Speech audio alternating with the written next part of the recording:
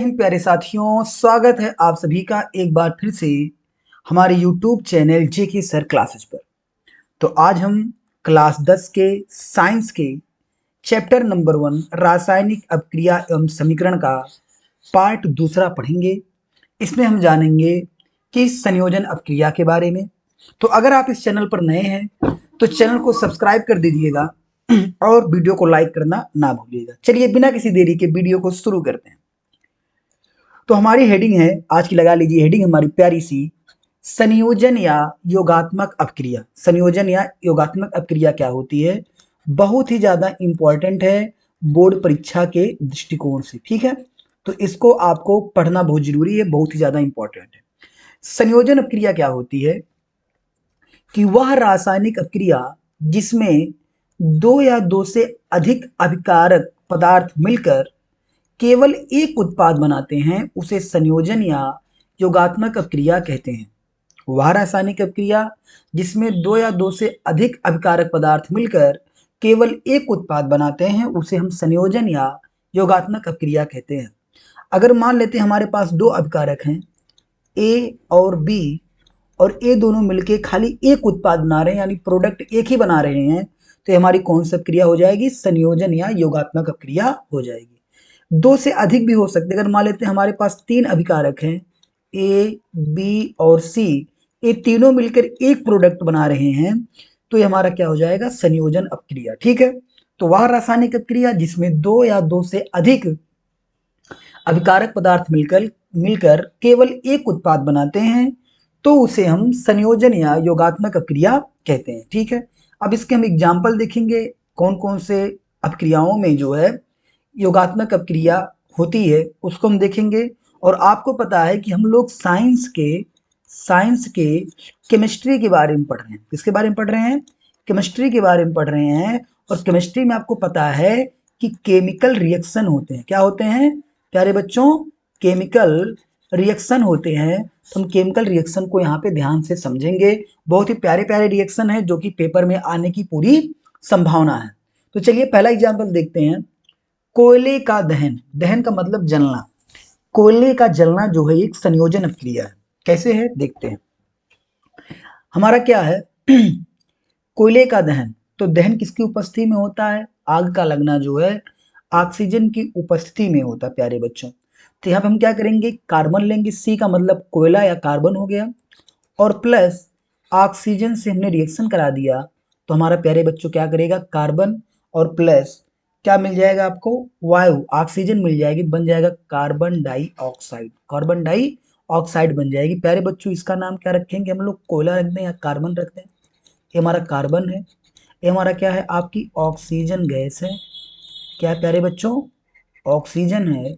और ये हमारी क्या है, कार्बन डाइऑक्साइड। क्या है प्यारे बच्चों, कार्बन डाइऑक्साइड हमारी है। ठीक है, जब भी आप पेपर में रिएक्शन लिखिएगा तो उसके नीचे उसका नामकरण जरूर कर दीजिएगा।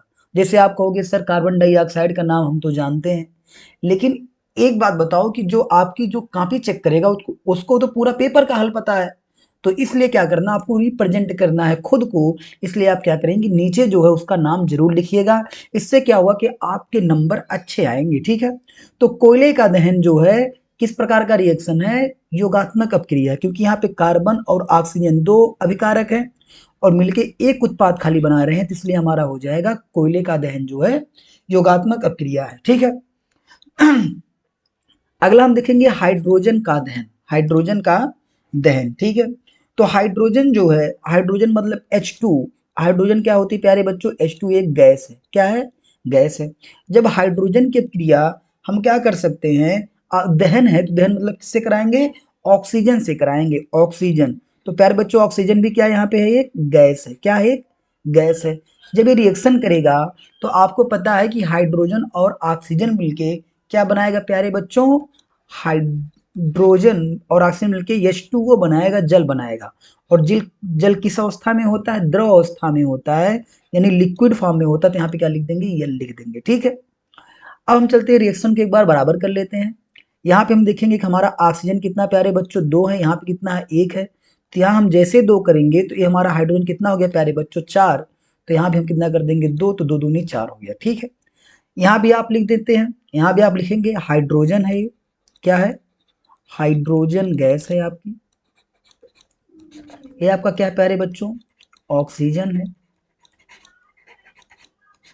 और यहाँ पे आपका क्या ये है, जल है। ठीक है, यहाँ पे भी आप देखेंगे कि दो अभिकारक मिलके एक उत्पाद बना रहा है, दो अभिकारक मिलके एक उत्पाद माने जल बना रहा है। तो ये कौन सी क्रिया हमारी होगी प्यारे बच्चों, योगात्मक अभिक्रिया हो गई। ठीक है, अगला रिएक्शन है हाइड्रोजन तथा क्लोरीन का संयोजन। हाइड्रोजन तथा क्लोरीन का संयोजन, तो यहाँ आप लिख देंगे हाइड्रोजन प्लस क्या लिखना है हमको, क्लोरीन लिखना है। क्लोरीन मतलब Cl2, क्लोरीन का फार्मूला क्या होता है क्लोरीन गैस का, Cl2।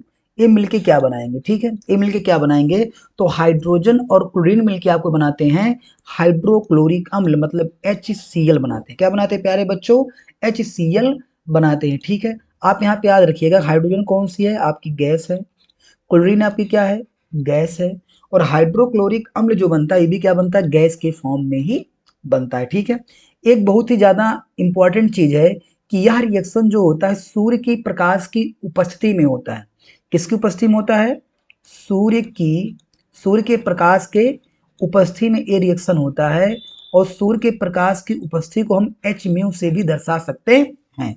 ठीक है, या तो सूर्य के प्रकाश लिखो या एच म्यू लिख दो, कोई बात नहीं है। ठीक है, रिएक्शन को बैलेंस करेंगे, देखिए सीधी सी बात, हाइड्रोजन 2 है क्लोरीन 2 है, तो यहाँ जैसे हम 2 करेंगे हमारा 2HCl हो जाएगा। ठीक है, नाम को आपको लिखना है तो ये आपका कौन सा नाम हो जाएगा, आपका हाइड्रोजन हो जाएगा।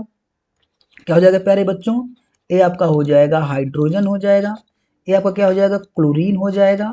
और HCl के प्यारे बच्चों नाम क्या होता है, हाइड्रोक्लोरिक अम्ल। क्या नाम होता है, हाइड्रोक्लोरिक अम्ल होता है प्यारे बच्चों। ठीक है, ये भी कौन सी क्रिया है, योगात्मक अभिक्रिया है, क्योंकि यहाँ पे हाइड्रोजन और क्लोरीन मिलके केवल HCl का ही निर्माण कर रहे हैं। ठीक है, अगला रिएक्शन क्या है, आयरन सल्फाइड का बनना। बहुत ही ज्यादा इंपॉर्टेंट रिएक्शन है आयरन सल्फाइड का बनना। आयरन सल्फाइड का फार्मूला क्या होता है, कैसे आयरन सल्फाइड बनता है, तो देखिए जब क्या करते हैं, आयरन आयरन के चूर्ण को सल्फर के साथ गर्म किया जाता है, तो आयरन का चूर्ण आपका, आयरन मतलब Fe हो गया, और सल्फर का मतलब आपका हो गया S, सल्फर का फार्मूला आपका हो गया S। जब इन दोनों को हम क्या करते हैं, हीट करते हैं भैया, गर्म करते हैं, तुम्हारा बन जाता है FeS। क्या बन जाता है, FeS।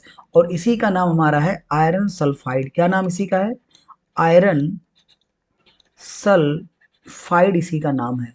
तो यहाँ पे भी देखेंगे कि दो पदार्थ मिलके FeS का निर्माण कर रहे हैं।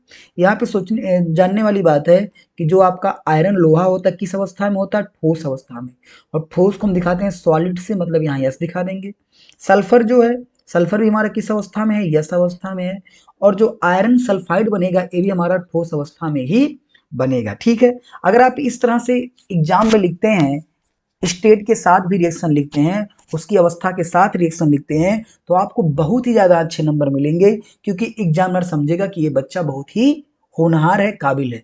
ठीक है, नाम लिख देते हैं, इसका नाम क्या है, इसका नाम आपका है आयरन, और यस का नाम क्या है आपका यहाँ पे सल्फर है। ठीक है, तो आयरन सल्फाइड का बनना ये भी क्या है बच्चों, योगात्मक अभिक्रिया है। ठीक है, आगे देखते हैं, अगला रिएक्शन है अमोनिया तथा हाइड्रोजन क्लोराइड गैस का संयोजन।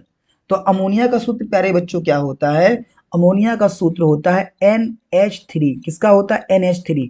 और आपसे कोई पूछे यूरिया का सूत्र क्या होता है, यूरिया का सूत्र तो आप बता दो NH2CO NH2। ठीक है, ये आपका यूरिया का सूत्र होता है।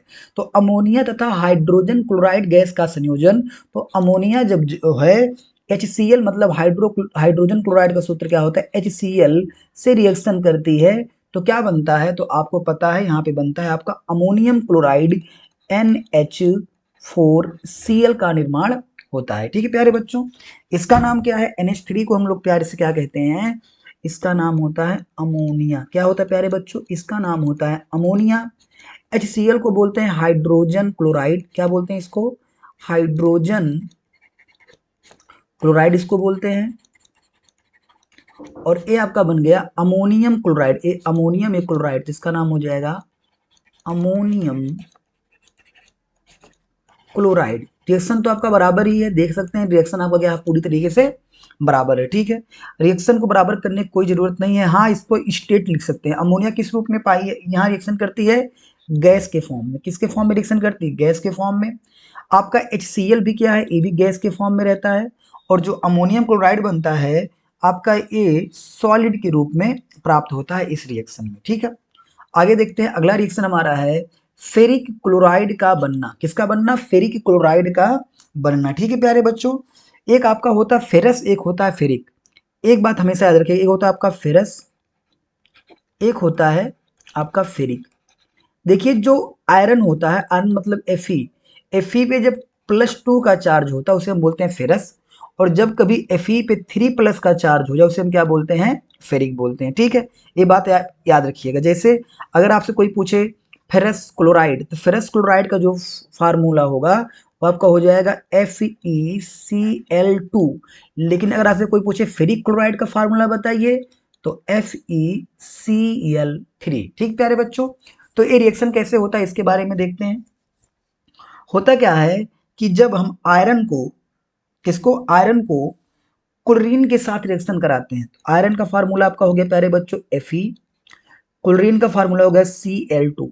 तो जब आयरन की क्रिया हम किससे कराते हैं, क्लोरीन से कराते हैं, तो हमको क्या प्राप्त होता है, फेरिक क्लोराइड प्राप्त होता है, माने FeCl3 प्राप्त होता है। ठीक है, नाम लिख देते हैं, इसका नाम आपका हो गया आयरन। Fe की परमाणु संख्या कितनी होती है प्यारे बच्चों, आप बताइएगा कमेंट बॉक्स में। ए आपका हो गया क्लोरीन, और ये आपका हो गया फेरिक क्लोराइड। क्या हो गया आपका प्यारे बच्चों, फेरिक क्लोराइड हो गया। देखो रिएक्शन बराबर करना है, तो रिएक्शन बराबर करने के लिए आपको कुछ नहीं करना। देखिए यहाँ पे क्लोरीन कितनी है, यहाँ पे 2 है, यहाँ पे कितनी है 3।